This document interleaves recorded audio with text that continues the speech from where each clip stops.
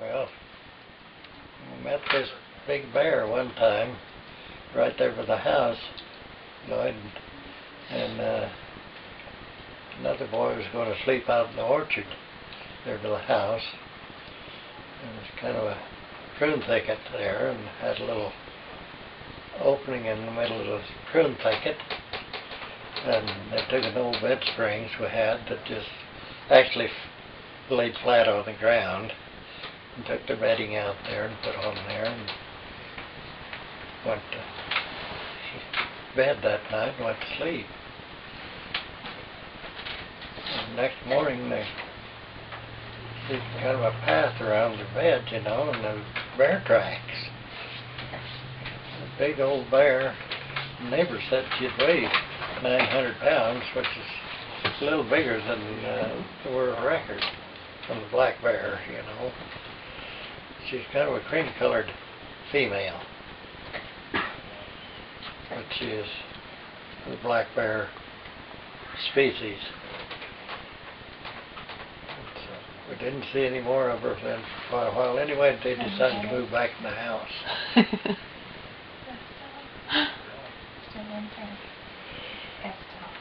Then, when the hunting season opened that fall, I knew there was a bear staying back over back to the place there. And so Lloyd went over one way and he got up above, and I went around the creek, you know, to drive anything out. Any deer up toward him, you know.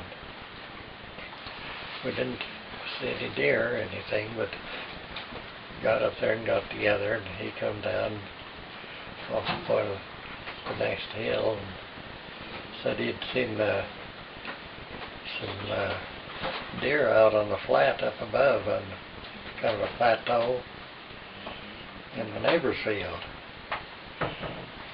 So we started to go up the country there, you know, and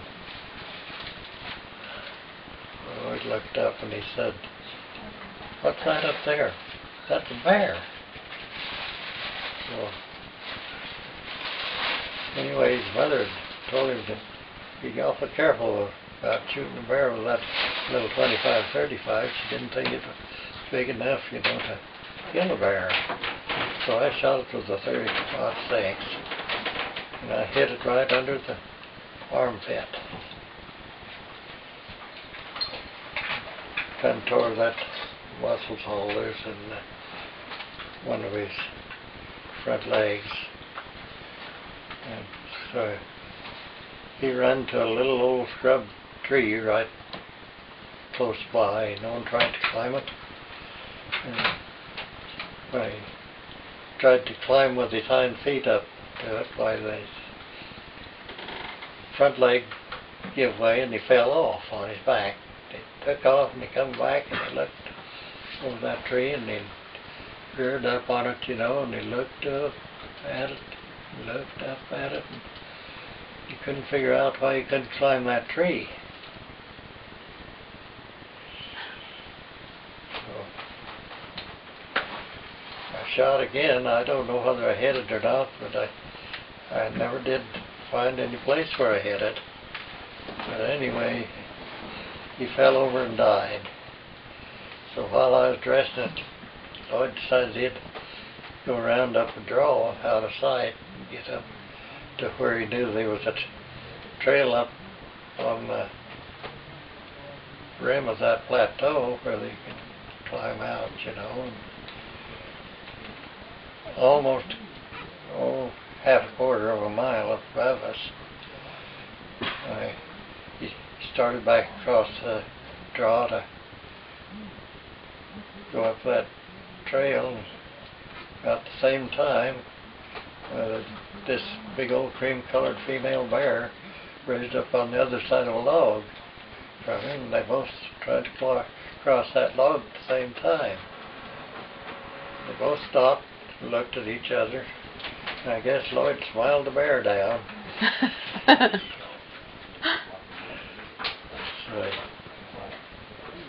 stood there, the bear stood there. He said he was close enough he could see the bear's eyes dilating, trying to figure out what he was. He just standing motionless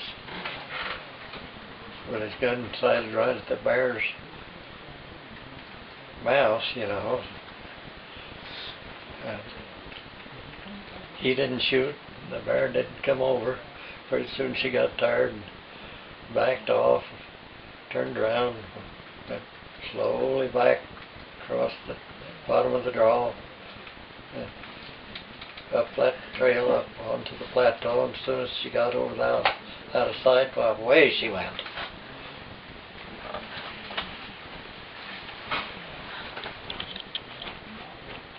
That's the last time I seen that bear, or heard of him, or her.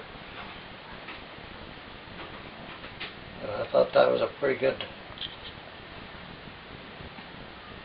thing to tell about that one, anyway.